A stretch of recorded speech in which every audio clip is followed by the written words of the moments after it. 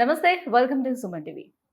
మన ఇండియాలో చాలా మంది బ్యాక్ పెయిన్ తోటి సఫర్ అయ్యే వాళ్ళు ఎక్కువగా ఉన్నారు. అందులోనూ లోవర్ బ్యాక్ పెయిన్ తోటి లేడీస్ ఎక్కువగా సఫర్ అవుతూ ఉంటారు. అయితే ఈ పెయిన్ తగ్గించుకోవడం కోసం ఎన్నో పెయిన్ కిల్లర్స్ యూజ్ చేస్తుంటారు. ఇదేమన్నా పర్మనెంట్ సొల్యూషనా అంటే నో. అప్పటి వరకు పెయిన్ తగ్గించుకోవడానికి మాత్రమే పనిచేస్తాయి పెయిన్ కిల్లర్స్. పోనీ సర్జరీకి వెళ్దామా అంటే అమ్మో! సర్జరీ చేసుకుంటే తర్వాత ఎప్పటికి మనం నార్మల్ లైఫ్ లీడ్ చేయగలుగుతాం. మళ్ళీ లేచి ఎప్పుడు కూర్చోగలుగుతాం, ఎప్పుడు నడవగలుగుతాం. సో, ఏమేమి కాంప్లికేషన్స్ ఉంటాయని భయంతో కూడా దాన్ని పోస్ట్‌పోన్ చేసుకుంటూ వెళ్తారు. మరి ఈ పెయిన్‌ని తగ్గించుకోవటం ఎలా? అసలు సర్జరీ అనేది అవసరం లేకుండా, సో, పెయిన్ కిల్లర్స్ వేసుకోకుండా పెయిన్ తగ్గించుకోవడం సాధ్యం అవుతుందా? అనంటే యెస్. అవుతుంది అని అంటుంది ఈపియాన్ పెయిన్ మేనేజ్‌మెంట్. సో, అది ఎలా? సో, వీళ్ళిచ్చేటువంటి పీఆర్‌పీ ట్రీట్మెంట్ ఏ రకంగా పనిచేస్తుంది? ఎంత రిజల్ట్స్ ఇస్తుంది? దీని సక్సెస్ రేట్ ఎలా ఉంది? ఈ విషయాలన్నీ కూడా అడిగి తెలుసుకుందాం. మనతో పాటు ఉన్నారు డాక్టర్ మీనా చంద్ర గారు. Hello ma'am. Namaste. Yeah! How are you? Yeah! I'm good. You are looking so cute. Yeah! Ma'am. So, back pain మేజర్‌గా మనం చూసుకుంటే ఎక్కువగా లేడీస్‌లోనే ఈ కంప్లెయింట్ ఎక్కువగా వినిపిస్తూ ఉంటుంది back pain. So, first of all reasons మాట్లాడుకుందాం. సో, బ్యాక్ పెయిన్ ఎక్కువగా లేడీస్‌లో రావటానికి ఏముంటాయి reasons? See, first thing is ladies low, they don't care for themselves. Continuous working, okay? They don't want to sit. తర్వాత hormonal changes in females, okay? తర్వాత every phase in women life is different. Pre-pregnancy, pregnancy, post-pregnancy, premenopausal, menopausal. So every phase లో బాడీకి requirement different ఉంది with terms of diet activities. But females they don't care for themselves. తర్వాత కొన్ని chronic pain conditions like sciatica or like fibromyalgia, chronic fatigue syndrome, these are more common in females, genetic predisposition. Okay, so there are so many reasons why back pain is more common in females as compared to males. Okay. So, మరి females ఎప్పుడు ఈ back పెయిన్‌ని complaint చేస్తూ ఉంటారు. దీని నుంచి తప్పించుకోవటం ఎలా? ఇది వాళ్ళకున్నటువంటి big task అని కూడా అనుకోవచ్చు. సో, నిరంతరం పెయిన్ కిల్లర్స్‌ని యూజ్ చేస్తూ ఉంటే అదర్ కాంప్లికేషన్స్ అన్నీ వస్తున్నాయి. మళ్ళీ హెల్త్ ఇష్యూస్ అన్నీ వస్తున్నాయి. సో, ఇప్పుడు ఈ పెయిన్ కిల్లర్స్ వేయకూడదు. అటువైపు సర్జరీకి వెళ్ళలేం. ఎందుకంటే మేము ఇంట్లో వర్క్ చేసుకోలేకపోతే ప్రాబ్లమ్ అయిపోతుంది. ఇంట్లో అందరికీ వర్క్ చేయాల్సింది వుమెన్ ఉంటుంది కాబట్టి మేజర్‌గా. సో, ఈ 2 కాకుండా పీఆర్‌పీతో ఎలా ట్రీట్ చేస్తారు? See, first thing is back pain ki usual ga two types of solutions they know. Okay, painkillers, physiotherapy, exercises or surgery. కానీ from pain killer and physiotherapy to surgery ఒక long journey ఉంది. Okay, they suffer a lot. So ఈ suffering కి అవసరమే లేదు. That is why we have all simple minimally invasive injection techniques. Okay, but before injection we have to identify the acute pain unda, chronic pain unda, muscle pain unda, or what is the specific reason. So spine lo kuda chaala reasons unnai. It's not only disc. Okay, disc to paatu we have joints, facet joint, sacroiliac joint, muscle, ligaments, then fractures. కొన్ని patients కి after 60-65 fractures కూడా common ఉంది. So we have to first identify the cause of the pain. ఒక్కసారి identification తర్వాత holistic approach లో treatment చేయాలి. So only PRP work అవుతుంది are some injection work అవుతుంది ఆర్ ఓన్లీ ఫిజియో వర్క్ అవుతుంది ఆర్ ఓన్లీ సర్జరీ వర్క్ అవుతుంది, ఇది కాదు. ఒక్కసారి నొప్పి క్రానిక్ అయిన తర్వాత we have to treat it in a holistic way. Okay, so ఇది ఇంజెక్షన్స్ ఇంపార్టెంట్ ఉంది, తర్వాత రీహాబ్ మసిల్ స్ట్రెంథనింగ్ ఇంపార్టెంట్ ఉంది, వెయిట్ రిడక్షన్ ఇంపార్టెంట్ ఉంది, లైఫ్ స్టైల్ మోడిఫికేషన్స్ ఇంపార్టెంట్ ఉంది, టాబ్లెట్స్ కూడా ఇంపార్టెంట్ ఉంది. సో మొత్తం కలిపి హోలిస్టిక్ అప్రోచ్ ప్రకారం ట్రీట్మెంట్ చేస్తున్నాను. So one treatment will work, one will fail, ఇది కాదు. Okay, so first thing is that we have to understand that. Okay, so first patient approach అయిన తర్వాత ప్రొసీజర్ అనేది ఎలా స్టార్ట్ అవుతుంది? యా, ఫస్ట్ థింగ్ ఇస్ ఇది patient history. Okay, once ఒకసారి patient కి మొత్తం హిస్టరీ అయిన తర్వాత we understand 90% of the diagnosis can be made. Second, physical examination. Okay, so ఇది కొన్ని టెస్ట్స్ ఉన్నాయి టు ఐడెంటిఫై బ్యాక్ పెయిన్ కి. So we do those test. అవసరం ఉంటే MRI or ultrasound or x-ray or CT scan అవసరం ఉంటే చేస్తాము confirmation కోసం.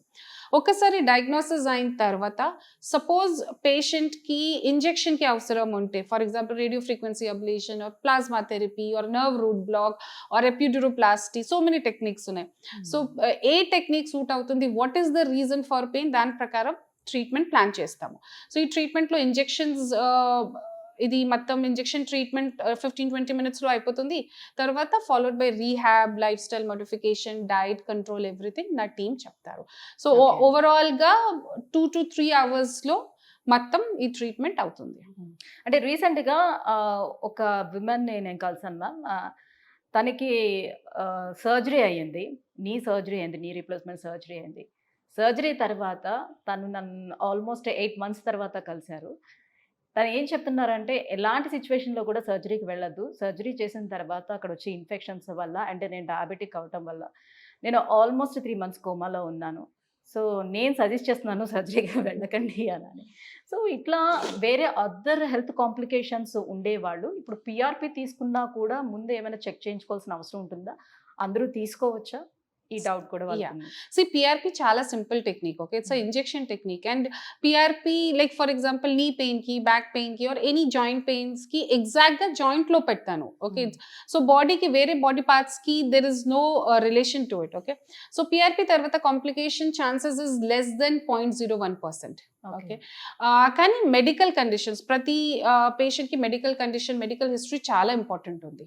Okay, so any intervention or anything when we are doing to the patient, medical history complete ga we have to see. Tarvata patient ki what is the medical condition at that time, BP control lo unda, sugar control lo unda, kidney problem unda, everything we have to see and then proceed. Idi because we don't want any side effects kada.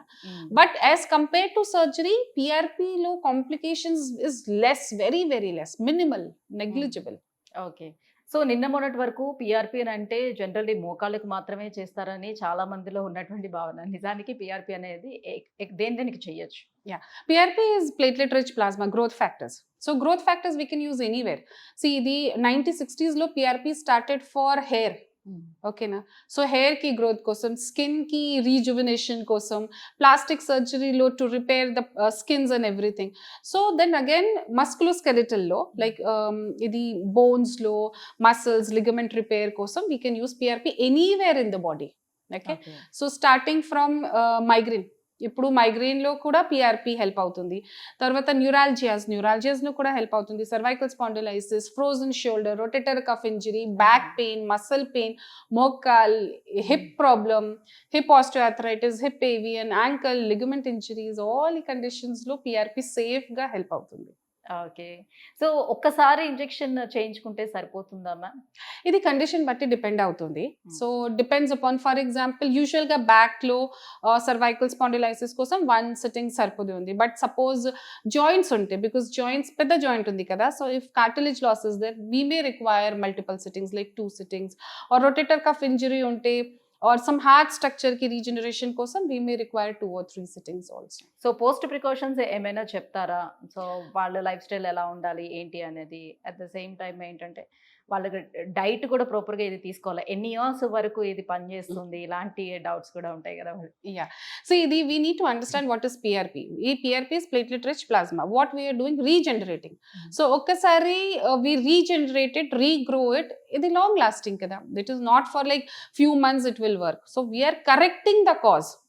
Okay, na? So we are not treating the pain by blocking the pain cycle or pain receptor. We are treating the cause. Problem unte we are giving a solution to it. So it's a long lasting treatment. It will work for a good number of years till the time again wear and tear happens. Okay, so success rate అనేది ఎలా ఉంటుంది దీంట్లో? success rate depends on how you're doing the plasma therapy, where you are injecting, how good you have followed the post precautions. Na clinic ki success rate is more than 90 to 95%. Super, thank you so much ma'am. So back pain ఉండే వాళ్ళకి నిజంగా PRP అనేది ఒక వరం అనే చెప్పుకోవాలి. ఎందుకంటే డెఫినెట్గా సర్జరీస్కి వెళ్తే ఎలాంటి కాంప్లికేషన్స్ ఉంటాయో అందరికీ తెలిసిన విషయమే. సో ఇంత చిన్న ట్రీట్మెంట్ తోటి కొంచెం ఆ సర్జరీని పోస్ట్పోన్ చేసుకునే అవకాశం కూడా మనకు ఉంటుంది కాబట్టి. So thank you so much PRP గురించి తెలియజేసినందుకు. Thank you.